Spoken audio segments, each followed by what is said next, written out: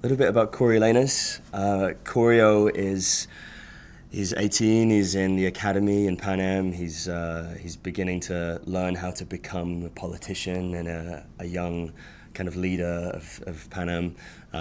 It's 65 years before the Corio or the President Snow who we met in the original series.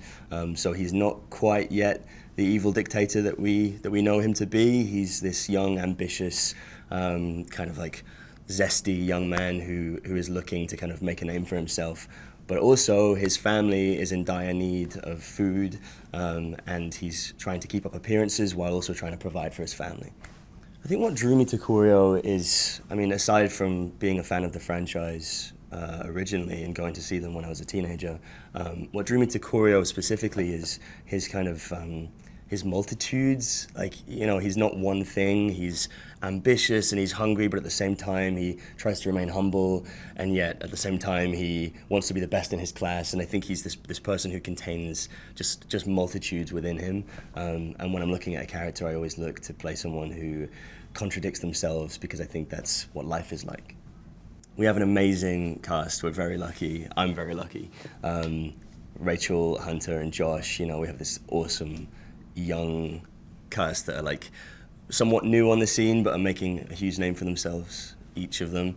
And then we have this kind of like legendary OG cast who we all look up to, all of us, and then a massive extended cast of amazing international actors from all over the world. And I just think in the original series, you know, you read about it as a fan how much of a connection they all had, and I think it's a credit to the franchise that we were able to kind of like latch onto that chemistry as well, and it came back to life, I think, in a way that was really organic and fresh. And you know, I mean, Jason is one of the funniest people I've ever met, and brings this levity to the film, which I think really gives it another angle.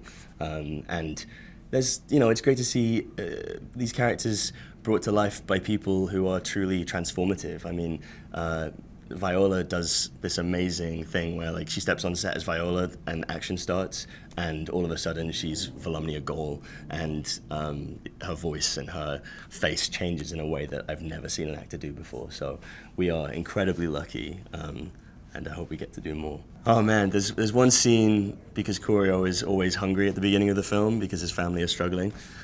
There's a scene where Sejanus tries to sneak him a cookie, and it's in the book, so Josh and I knew it was coming, and somehow throughout this long day of filming with hundreds of people on set, Josh managed to make me crack probably about 100 times. We were trying to do this serious scene where I find out that the Hunger Games are happening, and Josh kept choosing the most inopportune time to hand me a cookie, and by the end of the scene we were both covered in crumbs and cookie junk all over us, and that is kind of mine and Josh's relationship, really, in a nutshell. We like to crack each other up on set when we can, and throw the other one off and throw them curveballs.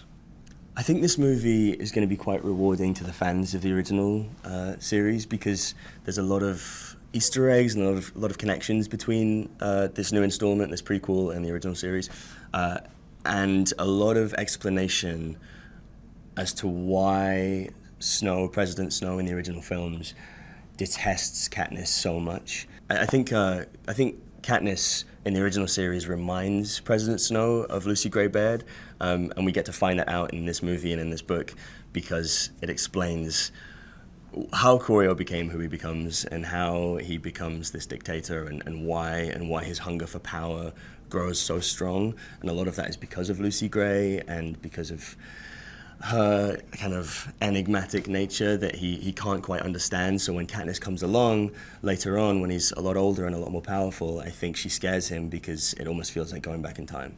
I think what fans are going to love most about the film is that it's a return to the games, a return to Panem without being a repeat. It feels like it honors everything we loved about the original franchise, while also revealing so much more that is new and fresh, and answers a lot of unanswered questions about why our most beloved characters are how they are.